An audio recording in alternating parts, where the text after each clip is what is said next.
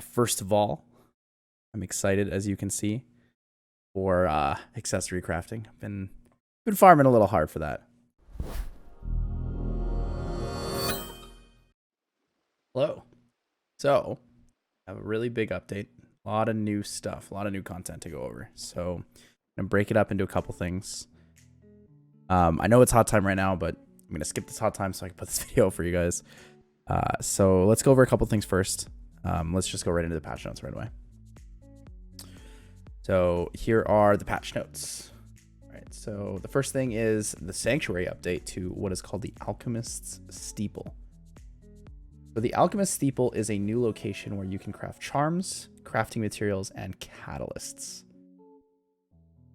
So the upgrades for it with Breath of Orbis reduces crafting costs up to 20%. Laboratory upgrades allow you to craft up to catalysts by max expansion, and increase quality points by up to 20%. So the quality points are what are down here, right here. So if you feed a certain amount of items, you will get a certain quality level, which will result in more or better rewards. Currently, they've limited charms to once a week. You can do accessory charms once a week and equipment charms once a week. This is the example they gave in the patch notes. They also said that you can upgrade and swap over your materials, so you can swap materials to a different type and such. I personally don't think this is relevant at all. I think it's actually probably the most irrelevant portion. However, for a super early game, it may be okay. My only fear with that is that if you're doing this as a super early game player, you're probably spending too much gold on the Alchemist Steeple, which you could be using to upgrade your gears instead. For the catalyst swaps, I haven't actually looked at it in game, but the catalyst swapping seems okay. Not quite sure how it looks to work on the rare catalysts. I'll put another video probably later this week where I test out all of the new features and stuff. This one's just going to be going over the patch notes, going over the what is changed and what was going to be changed or said to be changed.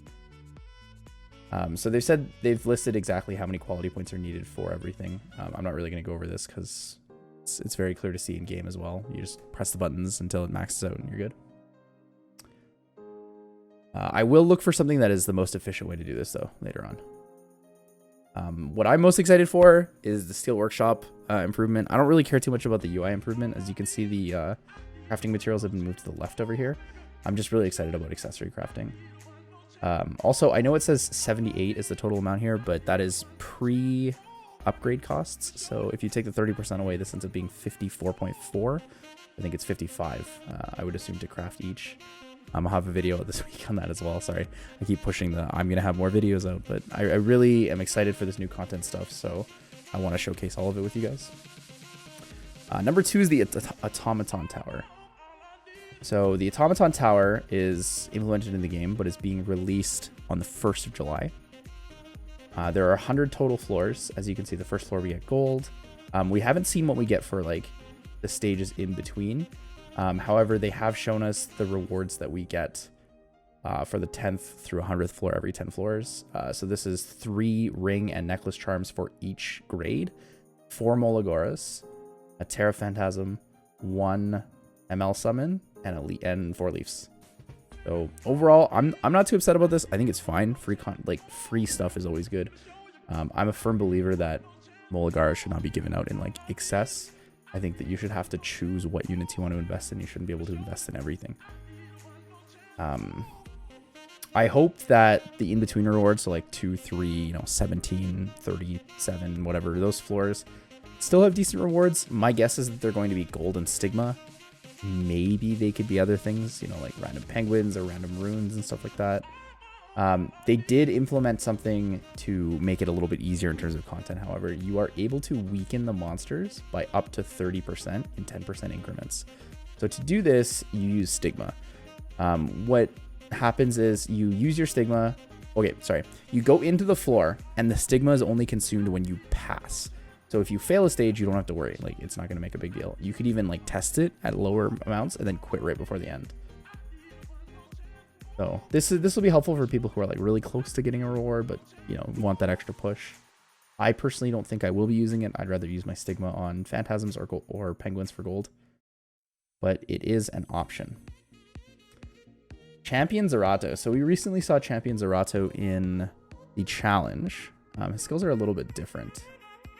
Here, he has up to 100% chance to counterattack while when attacked if he's debuffed. And he's also immune to stun and sleep. His skill 1 is a transfer of debuff, and his skill 3, after fully awaken and full skills, has a 75% chance to decrease defense and attack for 2 turns. And a 20 soul burn ignores effect resistance. So not a bad unit. First of all, he's dark, so he doesn't have the elemental disadvantage. So as an AoE defense breaker, he actually does have potential. With the soul burn as well, you get the guaranteed defense break as long as you strip before that. So has the potential for great setup. Kisei drop rate up event. I don't think this really matters. I don't think Kisei is that relevant. Some people might wail on it for their new Judge Kisei, but overall, don't think she's anything super special. You don't really need her for Wyverns. There's a lot of other units that are viable. I will be 100% skipping this banner. 100%.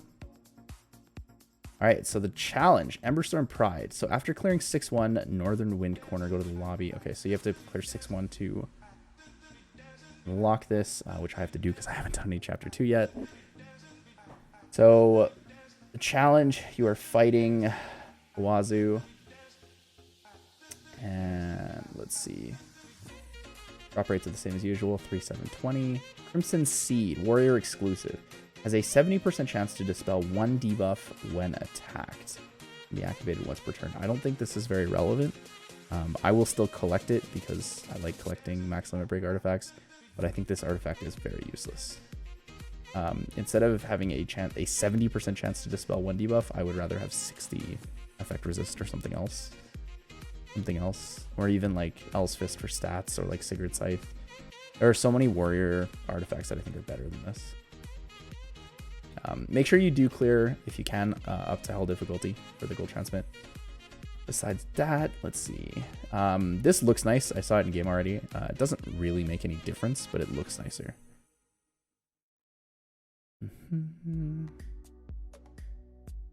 This is kind of cool. The story journal update I like, that you can go through and like look at other stories.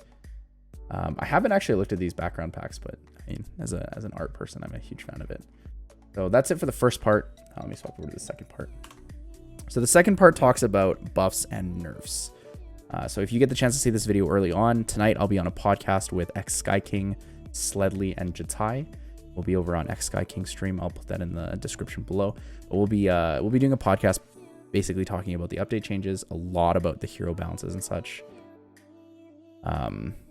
If you guys want to, see what we're talking about real time, it'll be there. Otherwise, I'll link the podcast in the video below. So Ravi's getting a change. They've changed her skill 1 so that she acquires 30 fighting spirit instead of 10. And her skill 2 gives her a stackable increase of attack up to 5 times. Only changes for Maid Chloe. Her skills before are pretty much the same. The only thing is now you revive dead allies, as well as still providing the same buffs to living allies. For Judge Kisei, they have added a bit of damage to both her skill 2 and skill 3. However, her skill 2 has been changed, both the effect and the soul burn. Before, it was just damage. It did more if there were more enemies. Now it is a 75% chance to dispel 1 buff from each enemy. And it has a soul burn that consumes to get an extra turn. So 20 souls for an extra turn. You can skill 2 into skill 3, so strip into reset. I think this goes up to 100 after full skills, but I'm not certain of that. So I don't have a Judge Case and I haven't checked it. Her skill 3 is, I believe, the same. They reduced 1 turn of cooldown. Arbiter Vildred is the big one that I wanted to talk about. I have an Arbiter Vildred full invested. I have used him. He is crazy. I think there is also a bug with him right now where sometimes he gets an extra turn when he's not supposed to. But I'll show you guys the damage scaling video on that. Well, as well, to speak about damage scaling, I'm gonna make a video to showcase how Mulligar scallops actually work, because people are very confused about that. So that will be up this week as well. I'll be max skilling my Watcher Shuri. So 100% ignore defense damage means that it's pretty much guaranteed going to be fixed all the time, so it's very easy to showcase the damage increase. So with Arbiter Vildred, what they've done is they've increased the skill, or his skill 1 and skill 3 damage by 30%, and they have removed this like execution style damage. So before it was the lower the enemy's HP, the greater damage dealt. Didn't really make sense and also kind of sucked in terms of scaling. They've increased his raw damage by 30% on skill 1, skill 3. And for his skill 3, I don't think... yeah, so it just says when the enemy's defeated, the skill resets, which is fine. But there's a bug right now where in some cases he gets 2 turns when he's not supposed to. What they've changed his passive to is instead of coming back to life with full focus, resetting skill 3 and coming back with health, what they've done instead is he comes back to life and he gains 100% combat readiness and attack buff. So it says caster regenerates to 100% combat readiness, but I'm almost certain that it's plus 100%. So it works similarly to A-Lots and it doesn't get cut very easily. Because I've watched some videos, some streamable videos of a couple friends using it, where a unit has been pushed up like 60% combat readiness or something, and he still cuts. So I'm almost certain that it's plus 100% combat readiness, which makes Arbiter Vildred awesome, like really, really strong. Sigret, I like the changes to Sigret. I don't know if everyone does. They have slightly increased the effect rate of her skill 1 bleeds. Her skill 2 is a little bit different. Instead of making it 100% chance to unhealable and bleed, what they have done is they've lowered the amount to 50%. However, what happens now is that if they're below 50, when they activate Sever, which is her skill 1, so skill 2 into skill 1, it is 100% chance to inflict a bleed. I'm not sure that that really makes a difference. I think some people really liked the guaranteed unhealable, but the bleed provides more damage overall. The changes to skill 3 is that she just has a base 30% pen now instead of having 0 and only debuff scaling. She has base 30 plus debuff scaling, so you only need 7 debuffs for 100% ignore. A lot of people kind of shit on Sigret. I think she's very good. I think she's really strong in PvP. She does a lot of damage. You have to be able to pick her effectively and set her up right. Violet got a small change, which I think is really nice. A lot of players are like, this is too much. Violet didn't need to be buffed. I personally think Violet didn't need to be buffed. Violet is very easy to deal with at the higher end. I understand it may impact lower end PvP more, but I think in the same time, it will force people to think about how they fight Violet better.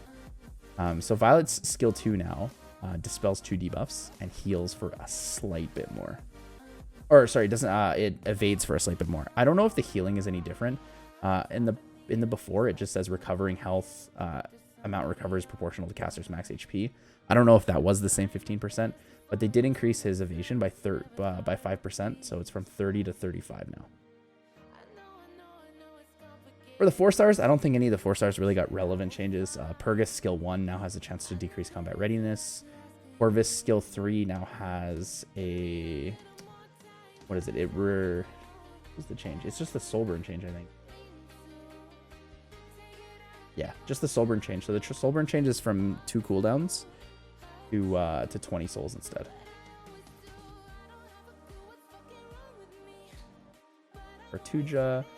Cartuja's change, I believe, is the addition of a defense buff. So his skill 3 before was AoE attack rake and recovers half of the caster's HP. Now he also gets a defense buff. Main difference for Lot's skill 2 now gives him 30% combat readiness as well, similar to how auxiliary Lot skill 2 works. Bloodblade, oh, and Serenity also got a slight change. Well, okay, so they added a small heal to it on top of the continuous healing. With Bloodblade caught in, they gave her damage. They gave her a lot of damage. So skill 1 gets doubled health recovery, and skill 3 gets 20% extra damage. In terms of everything else, there's only one thing that I really wanted to talk about for the other bug fixes. Everything else is kind of irrelevant. I don't really care about any of these things, except for this. This is nice. Energy obtained from monthly pack 2 is sent to mailbox. That's really nice. Everything else in here for bug fixes is useless, except for this. I am very upset about this. So this says artifact, an issue that caused Wind Rider to provide an attack increase the turn the enemy was killed instead of providing the increase the following turn has been fixed. Wind Rider recall information. Availability is for 2 weeks. All enhancement details will be reset once this artifact is recalled. Will return epic, greater, lesser artifact charms based on EXP current value when recalled. Gold spent on enhancing this artifact will be returned. Players who have limit broken this artifact will receive the appropriate number of copies of it back if recalled. I'm upset about this for 2 reasons. One, I used bottles on this because it was so good. So if I don't get the bottles back, I'm kind of screwed, right? 240 powder for a bottle. If I get a Wind Rider back, I can only dust it for 30. So I get 1/7 back. Or 1/8 back, sorry.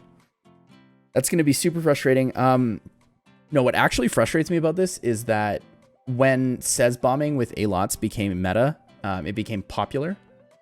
2 weeks later, they released a Mystic Pack rotation that had Says and Wind Rider, which angers me. That this is something they would consider months later after milking it first.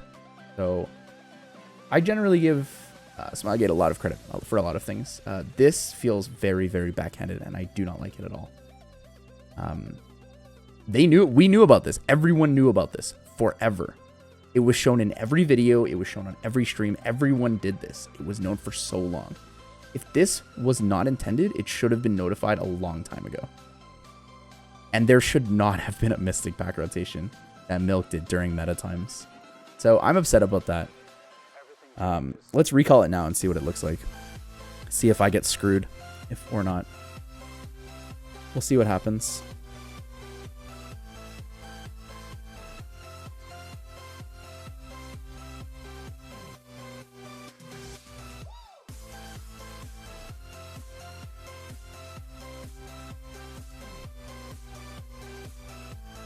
I am going to get screwed. I'm going to get screwed into 2 Wind Riders on something that they messed up on. That sucks a lot. It really, really does suck a lot not to get those bottles back. Especially since it's not like we knew anything was wrong, you know. I also feel for all the people who spent all their dust. They spent tons and tons of dust to get a max limit break Wind Rider. That really sucks. That is a huge slap in the face. It really does. I'll be moving my Says to Portrait and still using him, but it'll be different. It'll be very different. The splash damage will be way lower, but the kill damage will be higher. So I'm going to have to change the build off of kind of a crit rate focus and give him a ton more attack. Or take it off the crit damage focus. Yeah, that's pretty much it for the patch note stuff. I'm going to be putting out some more stuff soon. So hopefully you guys didn't do what I did with this.